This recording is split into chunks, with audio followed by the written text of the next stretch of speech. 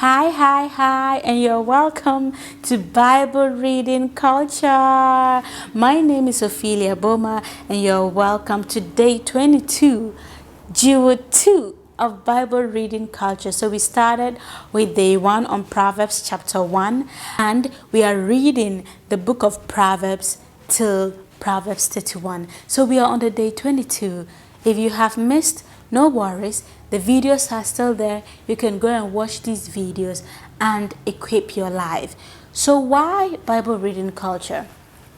Bible Reading Culture is a platform that encourages other Christian believers to read their Bible every day, because we know that if we read the Bible, that is the way God can speak to us. That is the way the Holy Spirit can be connected to us, to guide us, to groom us, to nurture us, and to empower us to be His children.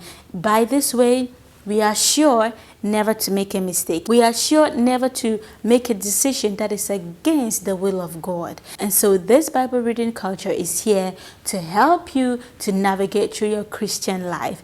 I would normally share a reflection, okay? Because reflection allows you to dive deeper, to travel deeper into your own life, to see your do's and don'ts, your rights and wrongs, your good and bad, and accept yourself and work through your weaknesses. Because Bible Reading Culture, there's no judgment here. We only empathize, we only love, we only encourage and help you gain back your spiritual life. And when you gain it back, we help you to also make it stronger. Because when you become a baby, you are fed with milk. But when you become an adult, you feed what's on solid food. So that is what Bible Reading Culture is all about. And today's reflection is righteousness is of the Lord, or to become a child of God is by the grace of God. I'm sharing this story because it is very personal and I relate so much with this. First of all, I was born in a Christian home. I am my twin sister, and we just grew up seeing that our father was a pastor, our mother was a chorus leader, an evangelist, also preaching the word through evangelism in the community, sometimes very, very far from our town. And we grew up also leading morning devotion, praying, reading the Bible, singing, practicing all kinds of religious activities at home. Because definitely if you are born by two Christian parents, it means that you would be nurtured and groomed and trained according to the way of the Lord. And so we learn how to read the Bible, understand the Bible, to interpret the Bible at a very young age. But I would say we were not born again, even though we knew what right was and what wrong was. As we're growing up into our teenage years, we started dancing. Like we just we just connected to music, and anytime we heard music we would dance. And because our home was a happy home, we played music and we danced. My dad would just watch us dance and he'd be happy. My parents would just encourage us to keep dancing, and because they wanted us to be happy, because we were very, very happy kids and we were less troublesome kids or naughty kids at home. As we aged and we started making friends, they started inviting us for programs out there. Even though we're Christians, we went to Muslim weddings like Aure. We had Muslim friends when they had naming ceremony like Suna, passing out, birthday parties. We were there. Everywhere in the town was flooded by the twins because we were displaying everywhere. The dancing skills were when God gives you something, you don't sweat for it. You may have to practice a lot of times to perfect it, but the creativity just pours into you. We have never really said we are learning how to dance. We just dance what is in our heart, because dancing is a connectivity. I would say the way we danced in those days was more like dance with a purpose in Ghana, like Endurance and her group. That was more of the dance we did back then. Because my parents were Christians, people were like, oh, these kids, oh, they are spoiled. Look at them dancing here, dancing at Muslim programs, dancing at unbelievers programs. You've allowed your kids to be out there and they are spoiling and they are bad girls. Meanwhile, all those days, we didn't even have a boyfriend. Like, we didn't even know what a boyfriend was. We were just having fun. Because you know what? My mom was a very good dancer when she was also a teenager. And my grandfather was a chief priest. And he was always invited for big festivities or festivals or derbas or programs. In those days, my mom would say there were selected few of girls, because I come from a very, very big extended family, because my grandfather had many wives. And so you can imagine the whole house. My mom would say the whole house had about 7 gates. Imagine one house having about 7 gates. And so she said when there were big programs, few girls in the house were selected, and she was part of the girls that were selected to go and dance and grace the program or the event. And so she understood that these my girls have taken after me to dance. I'm talking about dancing and being paid money and being given gifts, and then being always called every time to come and grace a program. That is how good we are at dancing. But because of the church and my parents, status quo in the church and also in the society, it was more of an abomination. My mom tried, I would say my parents tried so hard to always keep us at home. But before they realized, we would always make our way to these programs because it was so fun to dance, to have fun, right? So there was news all over the town. These girls are spoiled. And one time I remember this, is it Ghana Health Service, had this big awareness program on malaria. In those days, they used to come with a very long truck with some celebrities like Lord Kenya and the rest, and they'll just be moving from one town to the other, just advocating on how to prevent malaria or malaria prevention. I mean, we were so tiny, I'm telling you. And so up on the track, I think Lord Kenya called some dancing competition, and I lift up my hands. My sister also did. We were about seven of us that climbed on the track to dance. At the end of the day, I and my sister, we won the prize. What did we win? Mosquito net, t-shirts, and mosquito spray, like all of those things. And before we got home, news had got into the house that you, pastor, this, pastor, that you have allowed your kids to go and dance worldly programs. I think we really just gave our parents a hard time. We were just kids having fun, but they were like, you are a pastor, you are a woman of God, and you are allowing your children to do this, to do that. Oh my God, it was a tough time. And so before we got home, my mother was already angry. And do you know how it is when you belong to a religious group that is so controlling, that doesn't allow for a gray area, that doesn't really have expansion of knowledge to understand personality, because we had the sanguine personality and we are Scorpios, 2nd November borns. You can imagine. But those days the church was just strict on this, on that, on that. And my mother was like, bring all your gifts.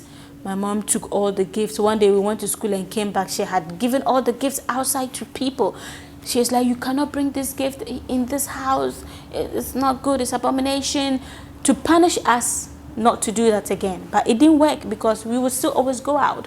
When we went to the senior high school, it was the same, because in the senior high school, it was also a different thing altogether, because by then we were now young teenagers and we were in a different environment where our eyes were already open back at home. Like when others didn't know how to socialize, we were already socializing because our confidence is back from home. Our self-esteem is it's too good for our own liking. And so we were all over the place, all over campus. People were like, these girls, they are really seen. And we used to dress so good, like I still dress today. Those days when people didn't know what sneaker was, we were already wearing sneakers because my mom was a businesswoman. So anytime she traveled, she'll buy us very, very nice sneakers. The Adidas, the Nike, and all of those things. So we were dressing real good, like I said. My mom, as an entrepreneur, we were well fed. Okay, well fed. And so there was always trouble at school, because when my school had something like variety show, or maybe It Takes Two, or debates, come on, a sanguine will not sit to listen to this. My personality cannot sit to listen to this. And so I and my sister, we would just, with our friends, we would just dodge and go to a nearby school. We'll go and dance, dance, dance, dance, dance. I don't know why dancing was changing.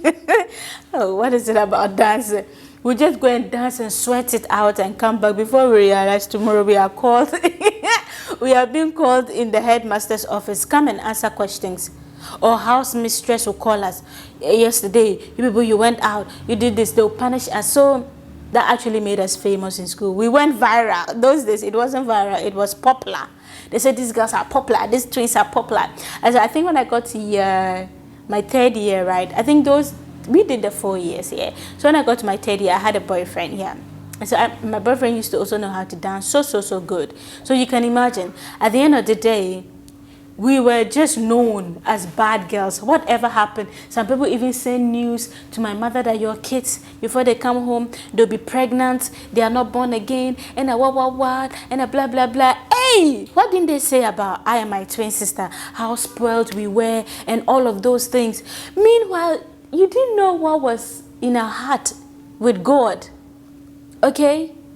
And it's true, like I said, we were not born again. Even though we knew how to do right and wrong back at home and go to church, it was religious, but we didn't have that connection of really knowing God. It was in our 4th year when we were about to write our BEC that my twin sister, through the help of a trainee teacher who came to our school, led her personally to Christ, and she also pulled me along. So when that happened, we stopped dancing.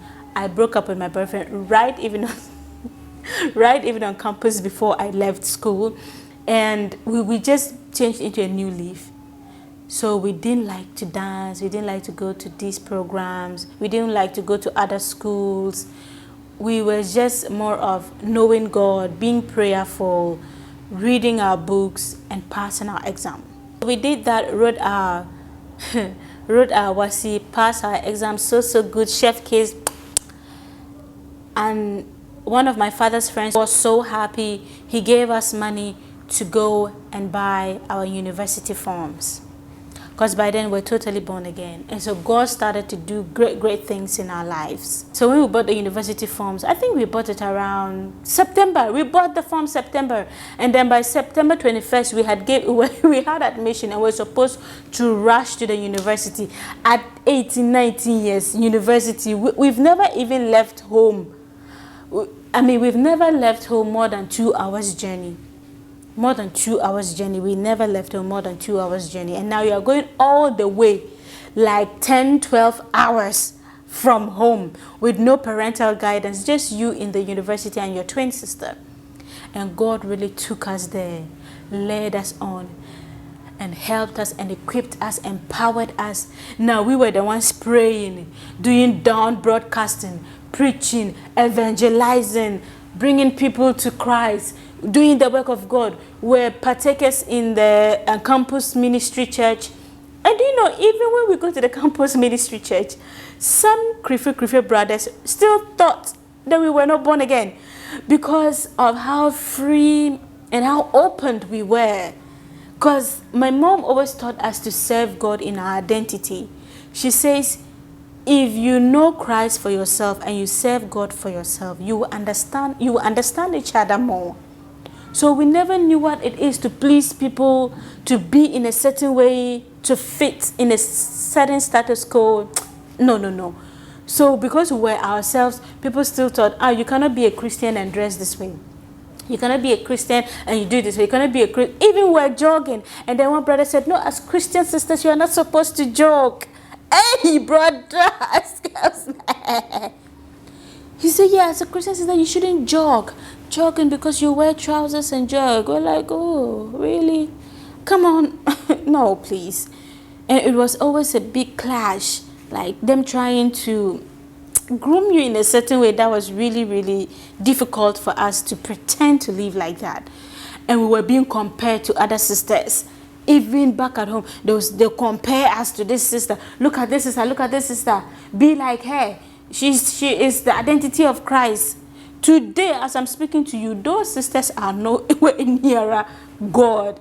They have made their own decision. They have swayed. They have decided whatever they want. And why am I even saying this? The reflection is that righteousness is of the Lord, and being a child of God is by the grace of God. When leaders are in their top positions, the best way to support other people is to, number one, stop comparing them to other people's children, because they compared my mother's children as to other pastors' children. They'll say, look at, can't you be like this pastor's son? Can't you be like this pastor's daughter? Comparing us here and there. And my mother will always feel bad, because she will always say, leave them, they are my children. If they are bad for me and my God. Because she didn't know what else to explain herself. She always said, they are yet kids and they are growing up. When they grow up, they will change. Because when you are growing up, she herself, she understands, because she was a dancer herself and she understood us. Right? So when you're in a top position, please do not compare. Do not compare other people's children. Do not make their parents feel sad or bad, or thinking that they are not raising their children well. That is so sad. Number two, encourage people. Do not talk down or belittle them, because you do not know the plans of God for their life. You should understand that what God has for some people, it is a long rope to pull. Okay, if you think that you are perfect and whatever, all your perfection is still filthy rags in the eye of God. And so you don't have to condemn, belittle, and judge other people who are still navigating their way through Christ. And I say this because I know the church I belong, and I know the judgment. Like, we have been brought up to just judge people to feel better. We have been brought up to see people's wrong than their efforts in always showing up for God. There are some people that will struggle until they find their way. And you should know that there are monsters that they struggle with, not just the church doctrine or the rules of the church or the standards of the church. These are people who have personality issues. If I may say, I'm a clinical psychologist, I know that I have some ADHD features. And so ADHD features plus being a sanguine, plus being a Scorpio, I'm telling you, I take up space. All right, I take up space if you allow me, and I am myself. I have no fear. We are the people who don't fear ish. You tell us don't go here, and we want to go there. So you can imagine this personality. You can only navigate these personalities as you grow and you mature, and you make your own mistakes, and you correct and you learn lessons from them. The third thing I would like to say is that pray for people you think are not born again, or you think, oh, they are not they are not God's children. Everyone is God's child. There's not one of us who is created by the devil. Even the devil, God created it. So before you chastise, okay, not chastise, before you negatively criticize and condemn somebody, you have to know that you attract the same condemnation. Okay, because Job said, what I am most fearful about has fallen on me. Before you castigate people, you should know that the same thing can be applied to you, or you can find yourself in the same situation. So pray, and pray without ceasing for people you think are not right with God, because you can never tell the relationship they have with God. And I can tell you that through all those times, the dreams and revelations I used to have, you don't know.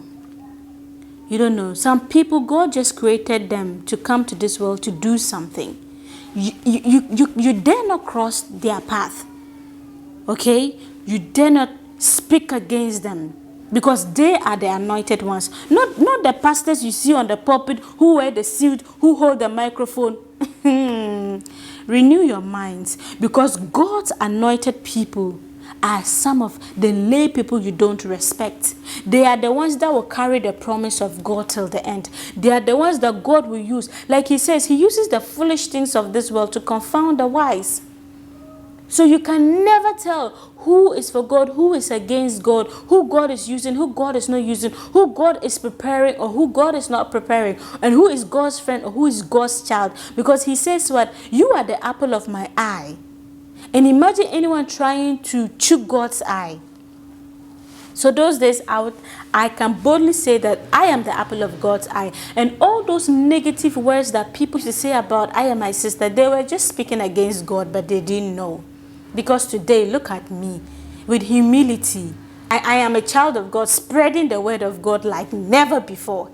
My twin sister is also the same. We are living good life, happy lives, content life with great gain, serving God with all of our hearts, all of our appearance, our intelligence, our beauty, our maturity. In our marriage, we are serving God. We give birth and we introduce them to Christ and they'll serve God. So our children's children are going to serve God. That is the promise. And we are the children of God and we are the anointed ones.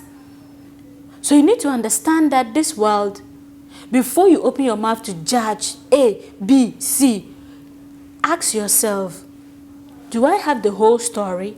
Do I know the whole truth? Have I spoken to this person? Do I understand them? Am I even a friend to them? If you're not a friend, just zip your mouth. Because the Bible talks about what? Bridle your tongue. Bridle your tongue. Shut up. Keep quiet. Don't talk about things you don't know. Because you could be stepping on the foot of God. You can remember Moses, Miriam, and Aaron. If you gossip about somebody, just know that karma is just on the side. That God can just punish you, strike you by speaking against a child of God, a woman of God, or a man of God. Do fearsome. Always be observant. The Bible says what? If you try to pluck a dust from someone's eyes, you should first look into your own eyes. Am I all right? Am I okay? Because I can't leave the dust in my eye and try to pluck the dust from someone's eye. You need to work your salvation with fear and trembling. That day, God is not going to ask, how was Boma preaching the word? God is going to ask about you. You. Did you walk in faith, in truth? Did you do the works of God? Did you feed the flock? Did you visit me when I was in prison? Did you give me food when I was hungry? Those are the questions God is going to ask you. Not about Boma, not about Bono, not about your pastor, not about your chorister you think was sleeping all around. So with humility, I would say, I would wish that you mind your business most of the time and pray for people you think are misleading in God's way. It's only by your prayers that God can bring them back. I would say my mom's prayers stood best. My father's prayers stood best in bringing us to Christ. Because there's great gain worshiping God. Now let's read our Bible, okay? Proverbs chapter 22, verses 1. A good name is rather to be chosen than great riches, and loving favor rather than silver and gold. The rich and poor meet together. The Lord is the maker of them all. A prudent man foreseeth the evil, and hideth himself by the simple person, and are punished. By humility and the fear of the Lord are riches and honor and life. By humility and the fear of the Lord are riches and honor and life. Thorns and snares are in the way of the froward. He that do keep his soul shall be far from them. Train up a child in the way he should go, and when he is old, he shall not depart from it. The rich ruleth over the poor, and the borrower is servant to the lender. He that soweth iniquity shall reap vanity, and the rod of his anger shall fail. He that hath bountiful eye shall be blessed. He giveth of his bread to the poor. Cast out the scorner, and contention shall go out. Yea, strife and reproach shall be ceased. He that loveth pureness of heart, for the grace of his lips, the king shall be his friend. The eye of the Lord preserve knowledge, and he overthroweth the words of the transgressor. The slothful man saith, there is a lion without, I shall be slain in the streets. The mouth of the strange woman is a deep pit. He that is abhorred of the Lord shall fall therein. Foolishness is bound in the heart of a child, but the rod of correction shall strive it far from it. He that oppresseth the poor to increase his riches, and he that giveth to the rich shall surely come to want. Bow down thine ear and hear the words of the wise, and apply thine heart to my knowledge. For it is a pleasant thing if thou keep them within thee. They shall withal be fitted in thy lips. That thy trust may be in the Lord. I have made known to this day, even to thee. Have not I written to thee excellent things in counsel and knowledge, that I might make thee know the certainty of the words of truth, that thou mightest answer the words of truth to them that sent unto thee? Rob not the poor because he is poor, neither oppress the afflicted in the gate. For the Lord shall plead their cause, and spoil the soul of those that spoileth them. Make no friendship with the angry man, and with a furious man thou shalt not go, lest thou learn his ways and get a snare of thy soul. Be not thou one of them that strike hands, or of them that are sureties for debt. If thou hast nothing to pay, why should he take away thy bed from under thee? Remove not the ancient landmark which the fathers have set thee. Seest thou a man diligent in his business, he shall stand before kings, he shall not stand before mean men. This is my favorite verse. Seest a man diligent in his business, he shall stand before kings, he shall not stand before mean men. All right. So thank you so much for joining today's Bible reading culture. This reading is from the King James Bible version. Glory be to God, and have a good day. Bye.